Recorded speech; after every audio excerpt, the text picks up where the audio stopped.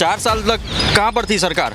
जो अपने गृह मंत्री वो कहाँ पर थे? फैसले ले रहे हैं, ये तो विकास के लिए ले रहे हैं, इससे देश का विकास दोहरी गति से होगा। आदिवासी महिला एक बाजू राष्ट्रपति बनती है। आप मेरे एक्टिवा पे बैठ जाइए, 2 किलोमीटर घूम के आते हैं, आपको पता चला आपको बैक पेन हो जाएगा। जो बताने के दांत अलग होते हैं और खाने के दांत अलग। ऊपर से लेके नीचे तक सरकार के कंट्रोल में है, सब कुछ सरकार के कंट्रोल में है। पीएम को क्यों आना पड़ रहा है? हजारों करोड़ों रुपए का अभी ही सौगात क्यों दिए जा रही है? इतना विकास हो गया तो सौगात।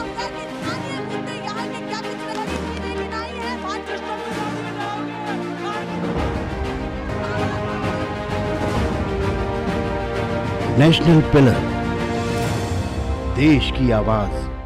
नमस्कार, नेशनल पिलर में आपका स्वागत है। मैं शालिनी पांडे। गुजरात के अंदर चुनावी डंका बज चुका है। तमाम राजनीतिक पार्टियां जो हैं इस जंग के मैदान में उतर चुकी हैं। अब बात तो ये है कि इस चुनावी जंग में फतेह किसकी होती है, और इस फतेह के लिए तमाम राजनीतिक पार्टियां जो है अपने अपने हथकंडे अपना रही हैं, जनता को रिझा रही हैं, तमाम चुनावी वायदे कर रही हैं। तो इन चुनावी वादों को लेकर, सरकार को लेकर हमारी जनता क्या कहती है, आइए चलते हैं, जानते हैं इन्हीं लोगों से।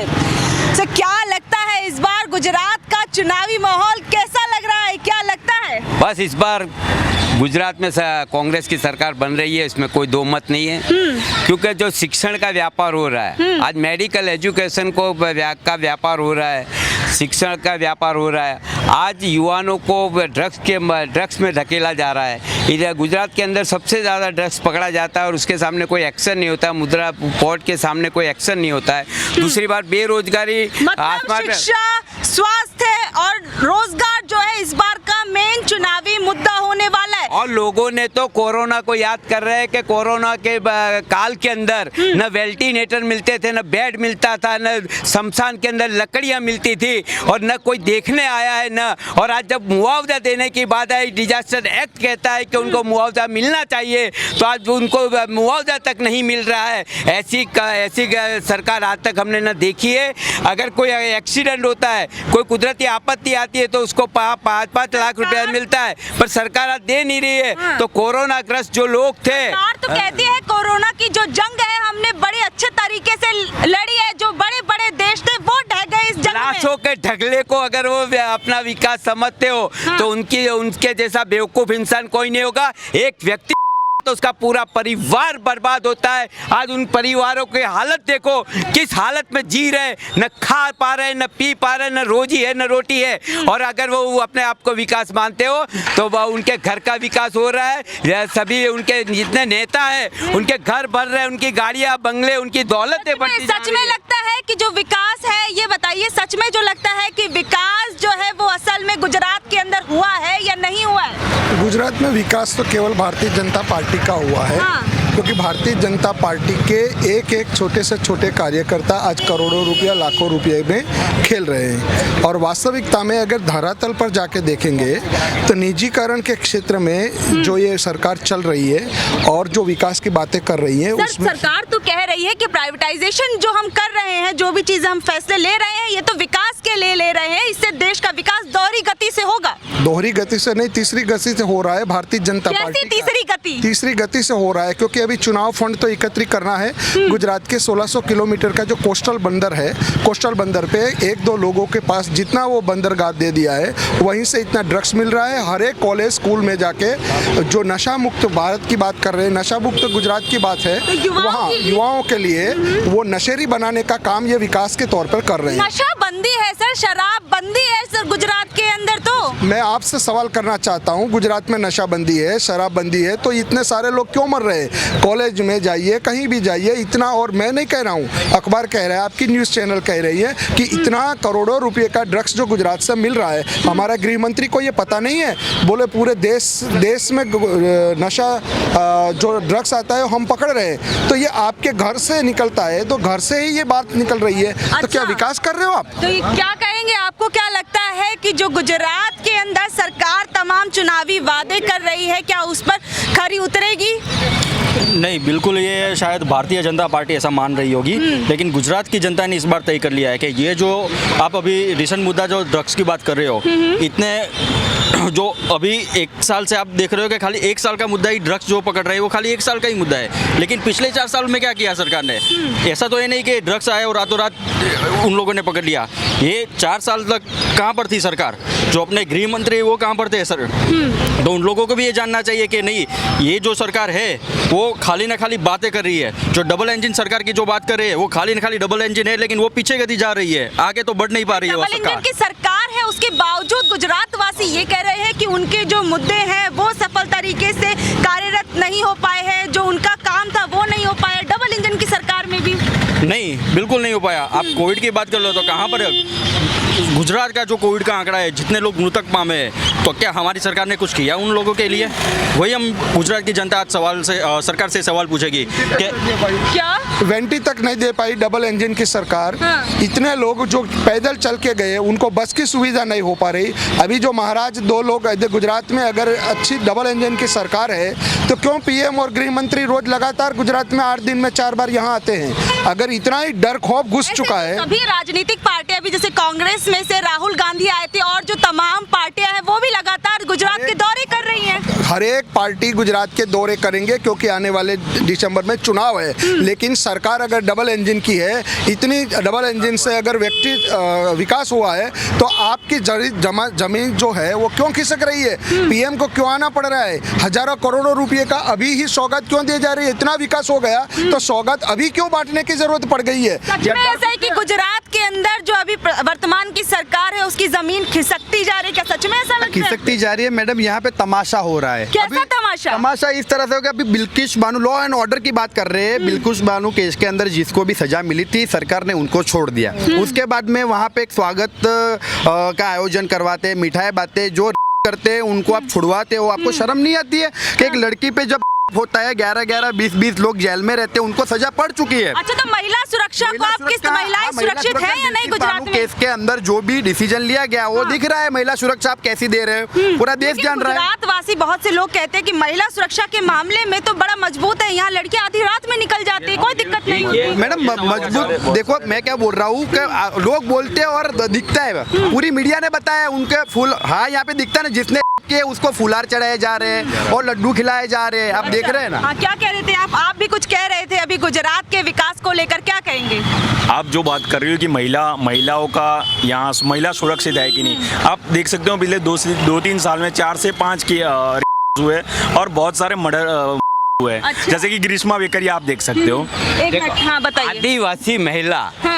एक बाजू राष्ट्रपति बनती है और आज 2 दिन पहले ही एक भाजपा का नगर सेवक एक आदिवासी महिला का मुंह पकड़ के उसको पानी पिलाता है, उसको अपमानित करता है। आज कहाँ से सुरक्षा? जो भाजपा का आज उसको सस्पेंड नहीं कर रहे, उसके सामने नो एक्शन, खाली नाम के लिए कमेटी बनाई गई। और मैं तो कहना चाहता हूँ कि कोरोना के अंदर GMDC का बहुत बड़ा मैदान बनाया था और वहाँ पर लोगों को ले जाया गया तो हमको विश्वास था कि शायद बच जाएंगे, पर न डॉक्टर की सुविधा थी, न लोगों की लाशें निकली है वहाँ से। और स्वास्थ्य सुविधाओं की बात करते हैं, जो सबसे बड़ा साथ हर जगह से वो खत्म हो चुकी है। आप देखिए न कोई क्षेत्र में आज युवा नशा की बात कर रहे हो, तो मैं कहता हूँ कि सबसे ज़्यादा दारू अगर कहीं बिकता है तो गुजरात के अंदर बिकता है। और गुजरात में सबसे ज़्यादा दारू पिया जाता है, वो भी मर्यादित दारू पिया जाता है और वो इतना खराब दारू होता है ना कि ये जो शराब है, ड्रग्स है, वो आ कहाँ से रही है? सवाल तो उठता है ये काफी। पुलिस और सरकार की रहम राय बिना कोई चीज नहीं हो सकता।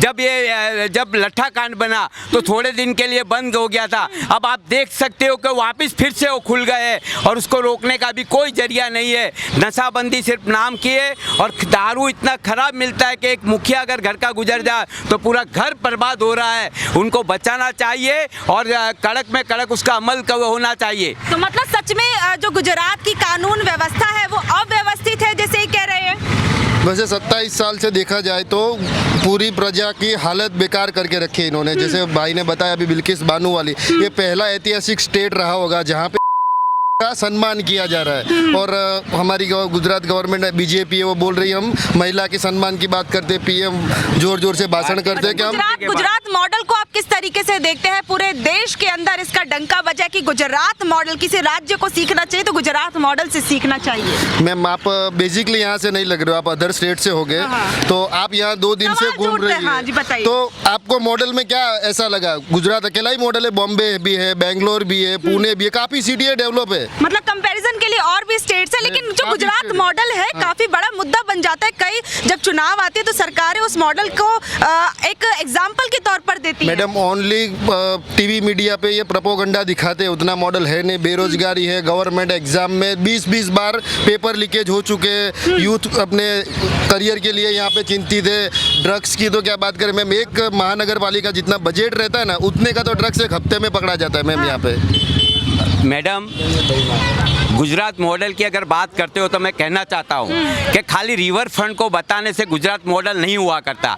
एक देश के प्राइम मिनिस्टर ने कहा मंच पे कि हम डेवलपमेंट कंट्री है, हम इंफ्रास्ट्रक्चर को अब डेवलपमेंट नहीं मानते या रोड रास्ते को डेवलपमेंट नहीं मानते, पर हम जब लोगों को सुखाकारी की योजना ज़्यादा में ज़्यादा देते उसको डेवलपमेंट मानते, उसी को मॉडल कहा जाता है। आज सुखाकारी की तमाम योजना आप छीनते जाओ। रेलवे के अंदर देखो, सीनियर सिटीजन का लाभ बंद कर दिया जाए। आज हॉस्पिटलों के अंदर दवा मिलती थी, आज सरकारी हॉस्पिटलों के अंदर बाहर से रिपोर्टिंग किया जाता है, सीटी स्कैन का पैसा होता है। अगर आईसीयू में पेशेंट जाता है, गरीब है कि अमीर नहीं, पर डे 500 रुपया वसूला जाता है। तो ये क्या गुजरात मॉडल है? विश्व में ऐसा कोई मॉडल आपको देखने नहीं मिलेगा जो गुजरात मॉडल ये हो रहा है।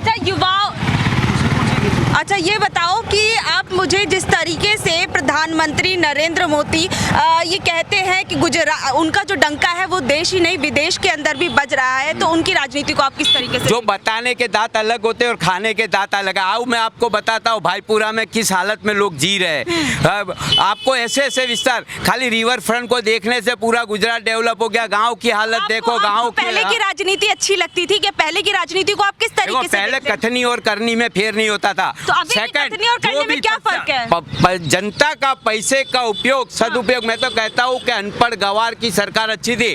अगर 500 रुपया 500 की जगह 700 फी होती थी तो मिनिस्टर ऐसा फाइल फेंक देता था कि भाई गरीब कैसे पढ़ेगा।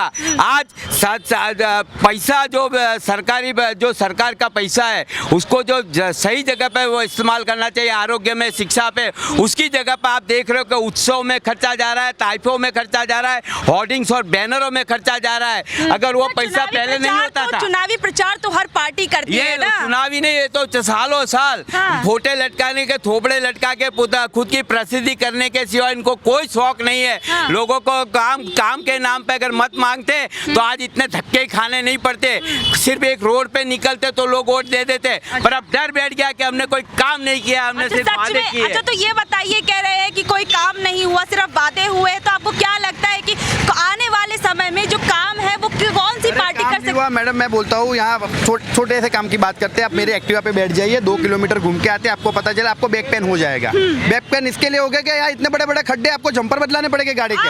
कैसे सरकार तो कहती है बढ़िया रोडें बना रखी है, यहाँ का इंफ्रास्ट्रक्चर देखिए, जो रिवर फ्रंट है इतना बढ़िया विकास, बाहर से लोग यहाँ पर देखने के लिए आते हैं। अभी जो टॉकवे बनाया है मैडम, टॉकवे तो इन्होंने बना दिया है, पर घर से हम निकलते हैं टॉकवे पे तो पहले बैक पेन हो जाता है कि इतने यहाँ पे गड्ढे, बारिश के समय में एक भी रोड आप अच्छा दिखा दो ना तो मैं मान जाऊँ। और वहाँ पे भी जाने के बाद में 30 रुपया टिकट। अगर मुझे मेरे परिवार के साथ में 5 जन को जाना तो कितना पैसा, जेब मेरे पूरे दिन का मेंटेनेंस वगैरह होती है तो थोड़ा तो खर्चा होगा। सरकार जो है राज्य भी चलाना है, थोड़ा बहुत तो खर्चा होता है। टैक्स भरते हैं ना मैडम, हर घर से टैक्स जाता है, करोड़ों में टैक्स जाता है। वो टैक्स हम इसके लिए भरते हैं कि जिस टैक्स से हमें सुविधा मिल पाए। वो सुविधा तो हमको मिलती नहीं है। हर जगह पे निजीकरण कर दिया है। पहले जो भी हॉस्पिटल थे वो फ्री में थी, वो उसमें राहत रहती थी बराबर। आज उसमें वो टैक्सेस बढ़ा के भाव बढ़ा दिया उनका बराबर। आज हमको एक रूम 1500 रुपए में मिलते हैं मैडम। ये कौन सा कहाँ का विकास है मैडम? इन्होंने विकास कहाँ किया है? ड्रग्स फैलाने में। दारूबंदी जैसा तो शब्द यहाँ यूज ही नहीं कर सकते। आप एक बता दो आपको कितने में दारू चाहिए, कौन से दारू चाहिए, वो ब्रांड के दारू हम तुमको 10 मिनट में दिला दिए यहाँ पर, और घर पे आके दिए जाते हैं। खुले तौर पर कह रहे हैं कि मतलब आप उसे 10 मिनट में बोलिए वो चीज, वो ब्रांड में आपके सामने लाके रख दूं। अगर इसको स्विगी में क्या बोल रहे हैं? होम डिलीवरी होगी। होम डिलीवरी होगी। तो सवाल उठता है तो ये पहुंचती कैसे, सिस्टम के अंदर किस तरीके से लोगों तक पहुंचती? मैडम एक साफ बात उनके लोगों को कॉन्ट्रैक्ट दिया हुआ है। क्या? उनके ही लोगों के रोशनी तरफ आ जाइए। उनके ही पार्टी के लोगों को कॉन्ट्रैक्ट दिया हुआ है जो होम डिलीवरी कर सकते हैं हाँ। और घर पे पहुंच जाती है। ये तो सारी सिस्टम है, यही तो विकास है। विकास की और गुजरात के अंदर और क्या मुद्दे होंगे इस बार के चुनाव में, क्या लगता है वो? मैडम एक साफ बात है, आप जो बोल रहे हैं कि कैसे होम डिलीवरी मिलती है, ठीक है, ऊपर से लेके नीचे तक सरकार के कंट्रोल में है, सब कुछ सरकार के कंट्रोल में है, सब कुछ सरकार के कंट्रोल में है। मतलब कि नीचे से लेकर ऊपर तक पैसा जाता है। एक बात तो ड्रग्स की, अदानी पोर्ट दिया हुआ है अदानी जी को, ठीक है। अभी 6 महीने के अंदर 3 बार वहाँ से बहुत बड़ी मात्रा में करोड़ों अरबों रुपए का ड्रग्स मिला है। मेन सवाल ये है कि आप राजस्थान से गुजरात में एंट्री करते हो ना फैमिली के साथ, तो आपकी पूरी गाड़ी चेक होती है। तो क्या इतने बड़े पोर्ट पे सब कुछ चेक नहीं होता होगा? आता कहाँ से है? सवाल बड़ा है जनता का, देखिए सवाल बड़ा है। सरकार करती है, वहाँ भी अधिकारी सरकार के तो होते आपको हैं। मुद्दे बताइए इस बार के मुद्दे, क्या लगता है जो एकदम हाईलाइटेड मुद्दे रहेंगे गुजरात की जनता जिन पर विकास चाहती है, जिन पर लगता है कि जो तमाम चुनावी पार्टियां हैं वो उनके हिट लिस्ट के अंदर रहेगा वो? मेडिकल, एजुकेशन, ये मोंगवारी, ठीक है, महंगाई, और साथ साथ जो अभी आप देख रहे हो कि भी आपने थोड़ी देर पहले मैंने सुना कि विकास, मैं तो ये बोल रहा हूँ कि जिस प्रधानमंत्री जी को अपनी सभा में पब्लिक बुलाने के लिए 2400 गवर्नमेंट की बस रखनी पड़ती है और आंगनवाड़ी आशा वर्कर जैसे कार्यकरों को बुलाना पड़ता है, अरे विकास होता तो ये करना ही नहीं पड़ता, लोग ऐसे ही आ जाते, मेरे जैसा जाके खड़ा रह जाता। तो आप एक पार्टी के लिए ऐसा कह रहे हैं, ऐसे कहते हैं कि तमाम पार्टियां जो ऐसे भीड़ जुटाती रहती है, जनता को इकट्ठा करती है? मैडम अब भी 10 दिन पहले राहुल जी रिवर फ्रंट पे आके गए, आप खुद देख सकते हो कि वहाँ लोग अपने पैसे से धूप में खड़े रह के कांग्रेस के लिए आए थे। हम पार्टी का नहीं खींच रहे, किसी पार्टी के लिए नहीं बोल रहे हैं, लेकिन वो लोग सच्चाई कांग्रेस के विकास को किस तरीके से देखते हैं? कांग्रेस के विकास में मैडम कुछ देखना रहता ही नहीं है। 17 साल में कांग्रेस ने जो बनाया है वो इन चोरों ने बेचा है। विकास तो साफ दिख रहा है। एयरपोर्ट बेचा कांग्रेस ने बनाया था, रेलवे स्टेशन बेचा कांग्रेस ने बनाया था, स्कूलें बेच रहे हैं कांग्रेस ने बनाई थी, अदानी पोर्ट बेचा। सालों में लगातार इतने सालों तक ये जो सरकार है वो रही है, उसके लगातार बहुमत से जीती है, केंद्र तक पहुंच गई, तो उसके बावजूद कह रहे हैं विकास नहीं है। अच्छा, किसकी बहुमत की बात कर रहे हो? पार्टी की है अभी वर्तमान सरकार। आप महाराष्ट्र में क्या भारतीय जनता पार्टी जीत के आई? भारतीय जनता पार्टी ने सरकार बनाई, वहाँ छल और कपट से बनाई। मध्य प्रदेश में कैसे सरकार बनाई? छल और कपट से बनाई। गोवा में कैसे बनाई? छल और कपट से बनाई। भैया मुझे ये बता दीजिए, भारतीय जनता पार्टी कहाँ एम्बोज होकर जीत के आई है? एक तो ये भी जनता को सोचना पड़ेगा और आप लोगों को भी सोचना पड़ेगा। लोगों तो देखिए वोट, जब वोटों की गिनती होती है तब तो बहुमत आती है ना। और रही दूसरी बात कि इस चुनाव के जो मुद्दे हैं वो चुनाव के मुद्दे बेरोजगारी है, महंगाई है।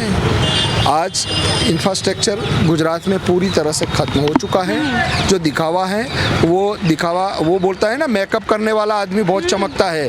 गांव में, रूरल में जाके देखिए, गांव और रूरल में हिंदुस्तान की आत्मा बसी है, गुजरात की आत्मा बसी है। 17 साल में जो सारी चीज़ मेरे मित्र ने कहा, वो सारी चीज़ को आप निजीकरण के तौर पे बाहर करें। इस बार आपको एक मिनट, इस बात क्या लगता है कि सत्ता परिवर्तन होगा या फिर जैसे सरकार चल रही है वैसे की वैसे चलेगी? इस बार परिवर्तन है। लोगों ने ठान लिया है कि हमको कैसे भी महंगाई का प्रश्न हो, अलग अलग प्रश्न। अब भ्रष्टाचार, आप जो मेंटेनेंस की बात कर रहे थे, पहले कांग्रेस के शासन में, आपको बताना चाहता हूँ, कांग्रेस के शासन में जब रोड बनते थे तो लोग खुशियां मनाते कि रोड बन गया, 5 साल तक देखना नहीं पड़ेगा। आज 1 महीने के अंदर रोड टूट जाता है। तभी तो दोबारा बनेगी। हाँ, इसीलिए ये भ्रष्टाचार की बदबू आ रही है। अभी हमारे यहाँ मणिनगर मत विस्तार के अंदर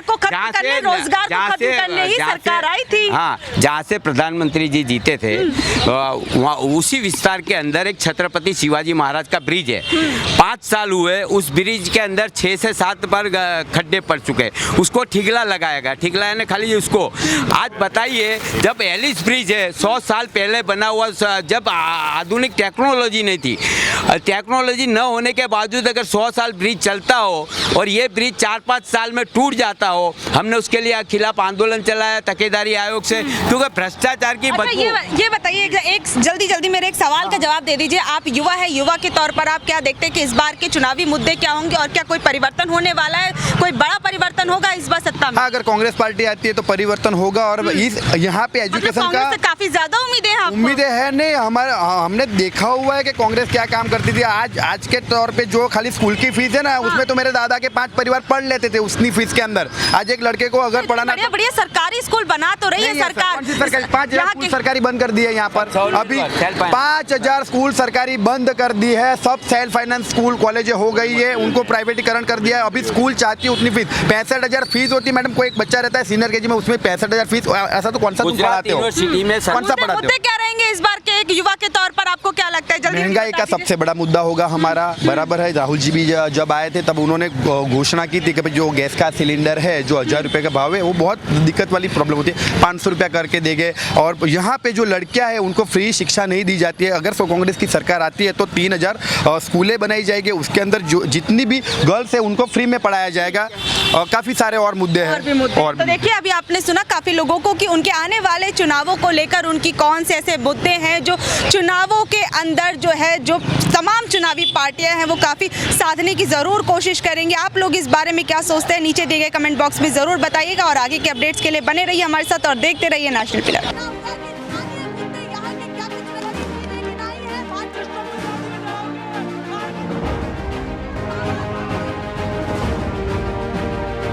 नेशनल पिलर, देश की आवाज।